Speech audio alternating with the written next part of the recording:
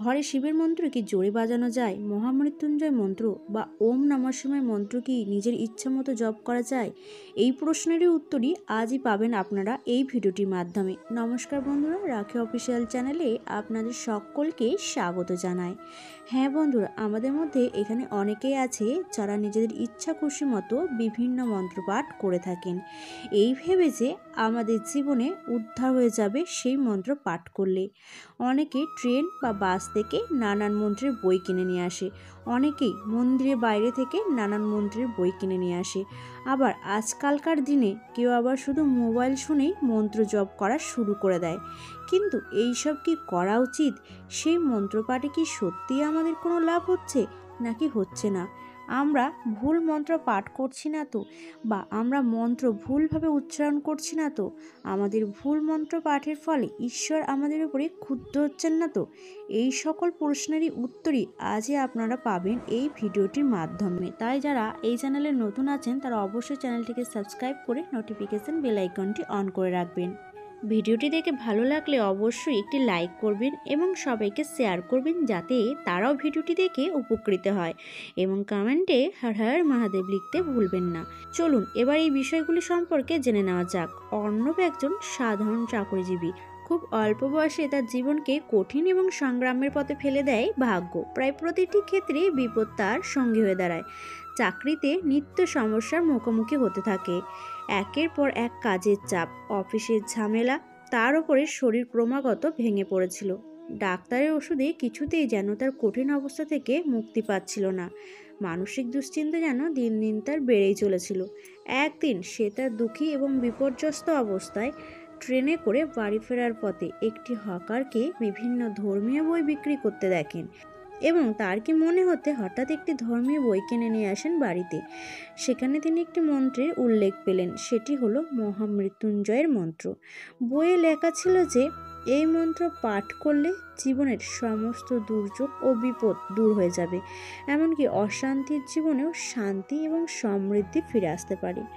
বড় আশা নিয়ে অর্ণব মনে মনে এই মন্ত্রটি পাঠ করতে শুরু করলো। সে বিশ্বাস করত হয়তো এই মন্ত্র তার জীবনকে বদলে দিতে পারে।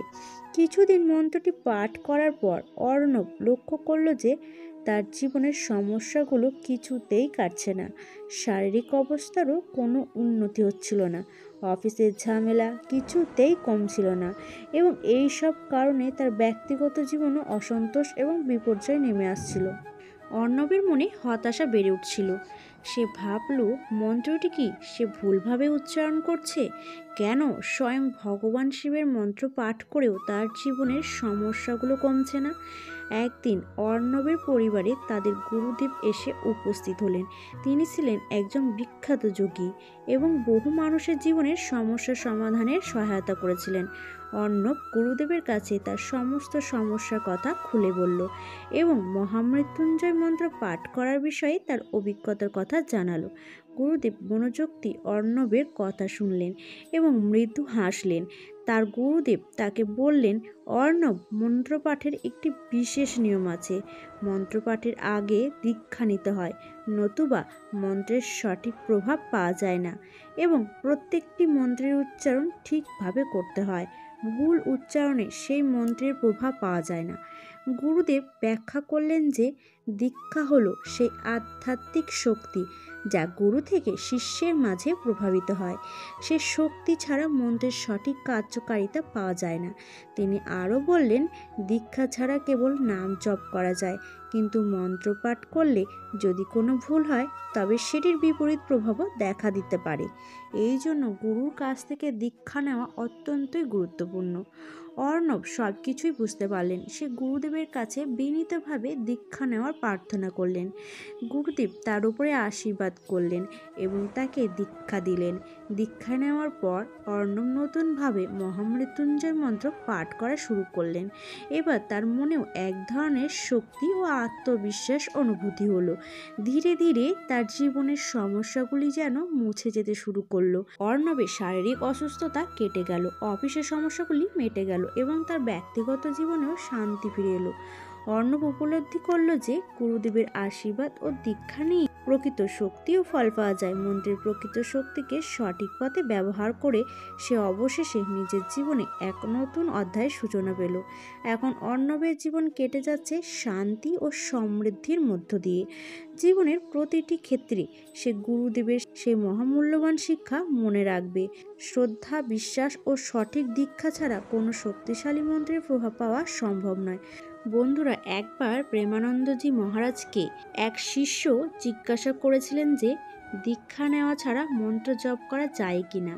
তখন মহারাজজি বলেছিলেন, যে কোনো বৈদিক মন্ত্র পাঠ করার জন্য গুরু প্রদত্ত মন্ত্র, গুরু প্রদত্ত পদ্ধতি এবং গুরুর সান্নিধ্য হওয়া খুবই প্রয়োজনীয়। তবে সে মন্ত্রপাঠের সাফল্য লাভ হয়। আজকাল সব জায়গায় মন্ত্র শোনা যাচ্ছে, লোকের মুখে মুখে শোনা যাচ্ছে, এমনকি মন্ত্রের গান বাজছে। এগুলো সব মহা অপরাধ। গুরু প্রদত্ত মন্ত্র গোপনে দেওয়া হয়। শঙ্খ ঘণ্টা বাজিয়ে চাদর দিয়ে ঢেকে কানে মন্ত্র বলা হয়, যাতে কেউ যেন সেই মন্ত্র শুনতে না পায়। এমনকি ঠোঁটের নাড়াচাড়া দেখেও সেই মন্ত্র কি সেটা টের না পায়। এমনকি অনেক জায়গায় এখন কীর্তনেও এই মন্ত্র ব্যবহার করা হয়। কিন্তু যে কোনো বৈদিক মন্ত্রের শব্দগুলির অর্থ না জেনে কখনোই সেই মন্ত্রগুলোকে বলা উচিত নয়। কারণ একটি শব্দের উচ্চারণও যদি ভুল হয়ে যায়, তাহলে সেই পুরো মন্ত্রের অর্থ পাল্টে যেতে পারে। তার ফলে হিতে বিপরীত হওয়ার সম্ভাবনাও থাকে।